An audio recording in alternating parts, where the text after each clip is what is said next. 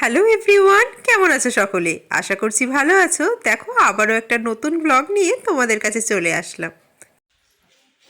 তো আজকে একদম ভোর 4:30টার সময় রেডি হয়ে নিয়েছি। কোথায় যাবো বলো তো? দাঁড়াও, তোমাদের দেখিয়ে দিই আমাদের ব্যাগপত্রগুলো। দেখো, 3-4 দিনের জন্য যাচ্ছি, কিন্তু দুখানা ব্যাগ হয়ে গেছে। আসলে মোমোর জামা কাপড়ই বেশি। এখন বাজে ভোর 4:30। এখন আমরা বেরোচ্ছি। আমাদের ফ্লাইট হচ্ছে 6:30টায়, মানে 6:35। তো একটু হাতে টাইম নিয়ে বেরোতে হবে। তো চলো বেরোনো যাক। এই, রেডি? কাকে দেখে বলে আমরা দিই চলো।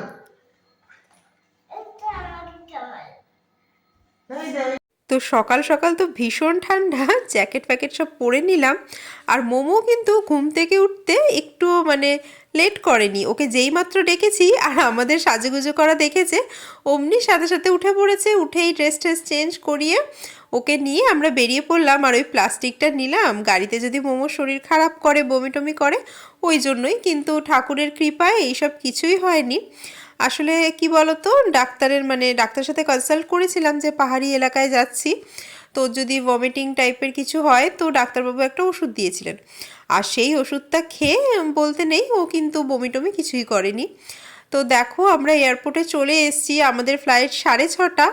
তো আমরা 4:30 বেরিয়েছি। আর একটু বেলা হলে হয়তো আরও আগে বেরোতাম, কিন্তু ভাবছি 4:30 আগে আর কত সকালে বেরোবো বলো। আর সকালের দিকে তো ট্রাফিক সেরকম থাকে না, ওই জন্য একটু রিস্ক নিয়েই একটু লেট করেই বেরিয়েছি আর কি।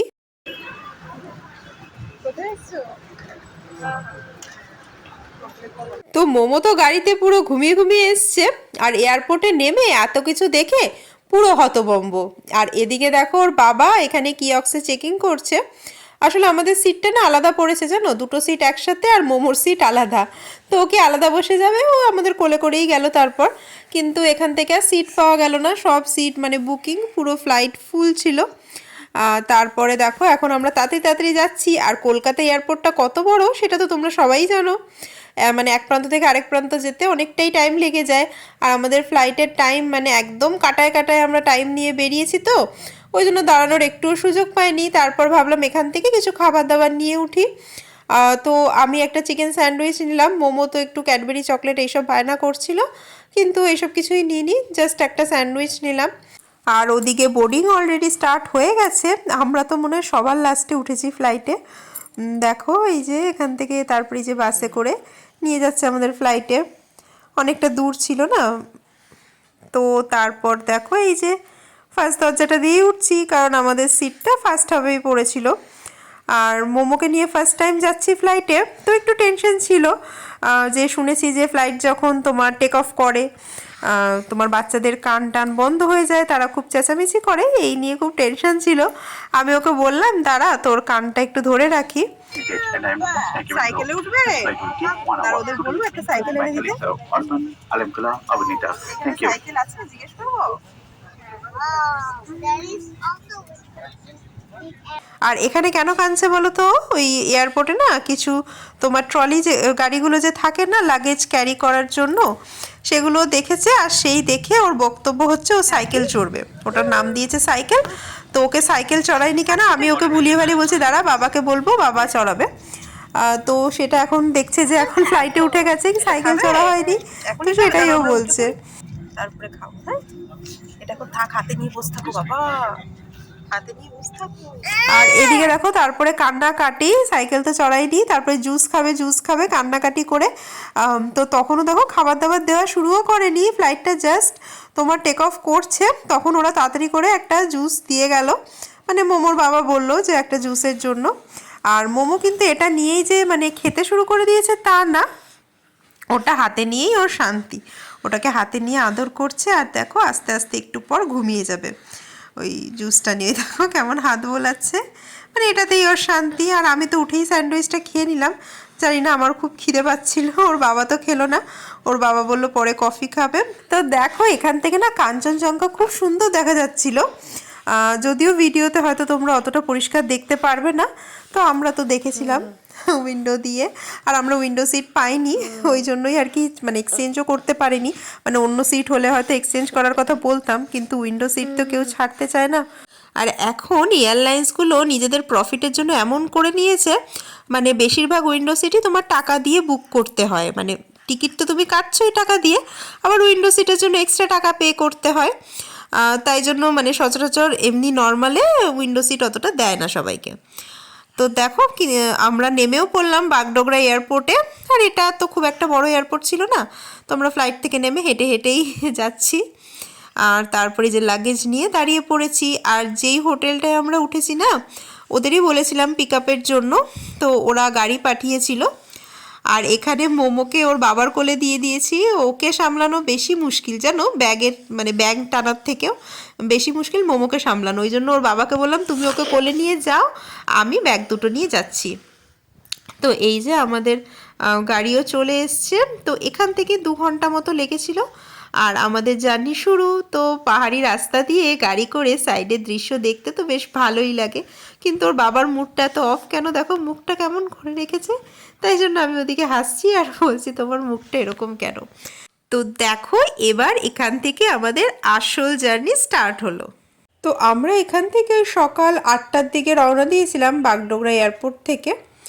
আর এই দেখো দুপাশে জঙ্গল শুরু হয়ে গেছে। ডুয়ার্স মানেই তো বলো জঙ্গল পাহাড় এই সব কিছু নিয়েই, তাই না? আর এই গাছের মাঝখান দিয়ে সূর্যের আলো আসছিল, পুরো একটা ফিল্মি ফিল্মি ব্যাপার লাগছিল। তো ডুয়ার্সে আমি আগেও এসেছি কলেজ থেকে এক্সকারশনে বন্ধুদের সাথে। সেবার একটা অন্যরকম মজা ছিল ফ্রেন্ডসদের সাথে। আর এবার আবার অন্যরকম একটাভাবে ডুয়ার্সকে আবিষ্কার করলাম। আর ডুয়ার্সের মানে সৌন্দর্যের তো কোনো তুলনাই হয় না। যারা প্রকৃতিপ্রেমী, যাদের গাছপালা জঙ্গল নিরিবিলি এইসব ভালো লাগে, তাদের তো ডুয়ার্সটা সত্যিই খুব ভালো লাগবে। এর আগের বার এসেছিলাম মনে পড়ে 2011-তে, তাহলে দীর্ঘ আবার 12 বছর পর আসছি ডুয়ার্সে। আর ভেবেছিলাম কি মানে ডুয়ার্সটা সিলেক্ট করলাম কারণ দার্জিলিংয়ের দিকে ভাবলাম যে অনেকটা ঠান্ডা হবে না, ভয়ে ভয়ে মোমোকে নিয়ে যাব। আর মোমোর না শান্তিনিকেতন থেকে ঘুরে আসার পর অল্প বিস্তর তোমার কাশি ঠান্ডা লাগা এইসব ছিলই। আর ওর সবথেকে বড় প্রবলেম কি বলো তো, ও না ওষুধ খেতে চায় না, এটাই একটা প্রবলেম। ওষুধ খেলে কিন্তু সেরে যায় দিব্যি, মানে ঠান্ডা লাগার কাশির ওষুধ জ্বরের ওষুধ, কিন্তু ওকে মানে ওষুধ খাওয়াতে খুব বেগ পেতে হয়। ওই জন্য হোমিওপ্যাথিটা করি। আর হোমিওপ্যাথিতে কি বলো তো চটজলদি তো সারবে না, একটু টাইম লাগাবে। তো দেখো এখান দিয়ে কিন্তু সাইডে পাহাড়ি নদী এইসব দেখা যাচ্ছিল আর বেশ সুন্দর লাগছিল পরিবেশটা। সেবক ব্রিজ তাই তো। তো এবার দেখলাম রাস্তাঘাট বেশ ভালো হয়েছে কিন্তু আগেরবার যখন এসেছিলাম তার থেকে। আর এই যে এই ব্রিজের ওপর দিয়ে চলে যাচ্ছি আমরা। আর হোটেলটা কিন্তু তোমার অনলাইন সাইট দেখেই বুক করেছি, রিভিউ টিভিউ দেখে। আর এইটা যেটা পেয়েছিলাম বেশ বাজেটের মধ্যে, খুব সুন্দর। আর আশেপাশের পরিবেশটাও খুব সুন্দর, একটু কটেজ টাইপের রিসর্ট। মানে হোটেলটার নাম ছিল the grass offer the jungle queen, এরকম টাইপ নাম ছিল। ঘাস ফড়িং, জঙ্গলের মাঝে ঘাস ফড়িং। তো দেখো এই যে চা বাগান শুরু হয়ে গেছে, আর ওদিকে সব মানে তিস্তা নদী এইসব নদী পেরিয়ে আমরা চলে আসছি। আর কিছুটা ওপরে উঠছে আবার কিছুটা সমতল। তো দেখো আমাদের হোটেল চলে এসছে, আর এই রিসর্টের উল্টো দিকেই কিন্তু এই চা বাগানটা। আর চা বাগানে এখন সবাই কিন্তু চা তুলতে ব্যস্ত। এই যে আমাদের রুমগুলো, মানে এই হোটেলটার রুমগুলো। তো আমাদের রুমটা তো তোমাদের দেখাবো একদম সবার প্রথমে। ফার্স্ট যে রুমটা ছিল ওটাই কিন্তু আমাদের রুম। এই সাইডে দেখো নর্মাল রুমও আছে তোমার হোটেলের, কিন্তু আমরা চেয়েছিলাম যে এই পরিবেশে যখন আসছি তো কটেজেই থাকবো। তো এই দেখো এই যে এই সাইডে গ্রিন কালারের যে দেখছো এগুলোই কিন্তু আমাদের রুম। আর ভেতরটা পুরো কাঠের কাজ করা যাতে বাইরের ঠান্ডাটা ভেতরে না আসে। তো মোমো এতক্ষণ ঘুমোতে ঘুমোতেই আসলো সারা রাস্তা। এখন এখানে রিসেপশনে আমরা ওয়েট করছি, আমরা চেক ইন টাইমের একটু আগেই এসেছি। তো তাই জন্য একটু ওয়েট করছিলাম। বললো হ্যাঁ আপনাদের রুম রেডি হয়ে যাবে। আর এখানকার পরিবেশটা এতটাই সুন্দর ছিল যে কি বলবো।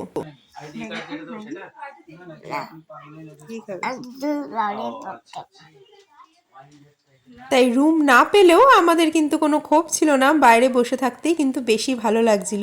এদিকে মোমোকে একটা বিস্কিট দিয়ে দিলাম, আর তারপর আশপাশটা একটু ঘুরে দেখছিলাম। দেখো চারিদিকটা কি সুন্দর না, গাছপালা। আর এখানে মোমো দুটো ভৌ ভৌ বন্ধু পেয়েছে, এই দেখো তাদের সাথেই ও ব্যস্ত হয়ে পড়লো। একটু খেলা করি। আর এই পুচকু ডগিটা এতটাই কিউট, ও কিন্তু মোমোকে খুব পছন্দ করছিল জানো তো। আমরা যে কদিন ছিলাম, যখনই আমরা বাইরে ঘুরতে যেতাম, ও কিন্তু আমাদের রুমের বাইরে এসেই বসে থাকতো মোমোকে দেখবে বলে। আর যখনই আমাদের রুমের দরজা খুলতাম, দেখতাম ও আমাদের রুমের সামনেই বসে আছে, এই দেখো। আর আমি তো একটু ভয় পাই, তো বড় যে ডগিটা ছিল, আমি একটু ভয়ে তাকে বলছিলাম মানে ও দূরে যেতে। তারপরে সে একটু রাগ করে অন্যদিকে মুখ ঘুরিয়ে নিয়েছে, সেই দেখে মোমোও বুঝে গেছে, বলছে ওই দেখো রাগ করেছে। তো দেখো এদিকে ওর বাবা বিস্কিট দিতে গেল আর ও পেছন পেছন যাচ্ছে, এই দেখো। এখন বাবা মেয়ে মিলে দুজনে এই ডগির সাথে একটু মানে বিস্কিট দিচ্ছে, কথা বলছে, এটাই। আর আমি এদিক ওদিক ঘুরে ঘুরে দেখছিলাম। তো যতটা ঠান্ডা ভেবেছিলাম অতটা কিন্তু ঠান্ডা না এখানে, জানো। ওই জন্য গাদা গাদা শীতের জামা কাপড় নিয়ে এসেছি ট্রলি ব্যাগ বোঝাই করে। ভেবেছিলাম হয়তো ঠান্ডা পড়বে, কি করব, বাচ্চার জন্য অনেক নিয়েছিলাম, আমাদের জন্য অনেক নিয়েছিলাম, কিন্তু অত কিছুই লাগেনি। আর দেখো এই রোদের মধ্যে আমার তো এই জ্যাকেটটা পরে গরমই লাগছিল, কিন্তু এখন কোথায় খুলে রাখবো, ওই জন্যই পরেছিলাম। আর মানে এখানে ঠান্ডাটা কি বলতো, সন্ধ্যের পর থেকে রাতের দিকে ঠান্ডাটা বাড়ে। আর এই দেখো এনারা এই চা বাগানে মহিলারা সব চা তুলতে ব্যস্ত এখানে। এই চা বাগানটা লিজের চা বাগান ছিল, আর হোটেলের একদম উল্টো দিকে। কিন্তু হোটেলের গেট কিন্তু সব সময় বন্ধ থাকে এখানে। আর জানো চারিপাশে দেখলাম তারকাটা দিয়ে পুরো ঘেরা, কারণ এই চা বাগানে নাকি রাতের দিকে তোমার হাতি লেপার্ড সব আসে। তো এবারে হোটেলে যদি ঢুকে যায়, ওই জন্য পুরো তারকাটা দিয়ে ঘেরা। আর এই গেটও সবসময় তালা বন্ধ থাকে। যখন মানে কেউ ঘুরতে যাবে তখনই ওই তালা খুলে গাড়ি করে ঘুরতে বেরোয়, কিন্তু এখান থেকে বাইরেটা কিন্তু হাঁটা যায় না, পুরো আটকানো থাকে ভেতরে, কারণ বাইরে রিস্ক না। তো দেখো এই যে আমাদের রুমের পাশে 3টে দোলনা ছিল, তো সেখানে বসে বসেই আমি দোল খাচ্ছিলাম। আবার আমার দেখা দেখি মোমো চলে আসলো রুম থেকে, এই উল্টো দিকের রুমটাই ছিল আমাদের। তো মোমো বললো এসে এখানে দুলবে আর কি। আমি তোকে ধরবো না? আচ্ছা বসছি, দাঁড়া, আমাকেও বসতে হবে ওর পাশে।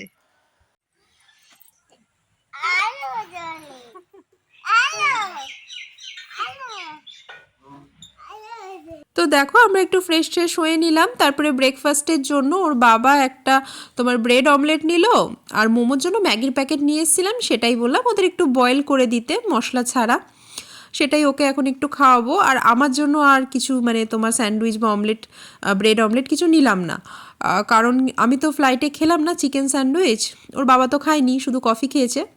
ওই জন্য আমি বললাম আমি একবারে লাঞ্চ করবো, অলরেডি 11টা বেজে গেছে, তো একটু পরেই তো লাঞ্চ টাইম হয়েও যাবে, তাই জন্য আমি আর কিছু খেলাম না। আর মোমো তো পুরো 1 প্যাকেট ম্যাগি খেতে পারিনি, পরে বাদ বাকিটা আমি মানে মশলা দিয়ে খেয়ে নিয়েছিলাম।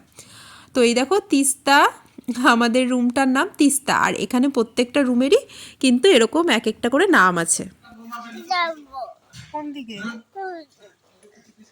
কামড়ে দেবে তখন? আচ্ছা ঠিক আছে ঠিক আছে ঠিক আছে, চল আমরা কথা বলি কথা বলি। কি করছো?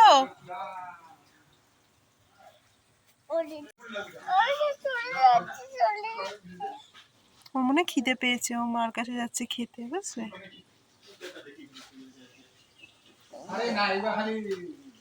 তো এখন দেখো ওয়েট করছি লাঞ্চের জন্য, লাঞ্চ খেয়ে দেই কিন্তু আমরা বেরিয়ে পড়বো, আজকের দিনটাকে নষ্ট করতে চাই না। তো জঙ্গল সাফারিতে যাব গরু মারাতে, সেই মতো প্ল্যানও করে নিলাম চটজলদি। হোটেলের ওনারাই কিন্তু আমাদের গাড়িটারি ঠিক করে দিলেন। তো চলো তাহলে আজকের ব্লগটা এখানেই এন্ড করছি। আজকের ভিডিওটা তোমাদের কেমন লাগলো অবশ্যই কিন্তু কমেন্ট করে জানিও। তো চলো টাটা, আবার তোমাদের সাথে নেক্সট ব্লগে দেখা হচ্ছে। সবাই খুব ভালো থেকো, সুস্থ থেকো।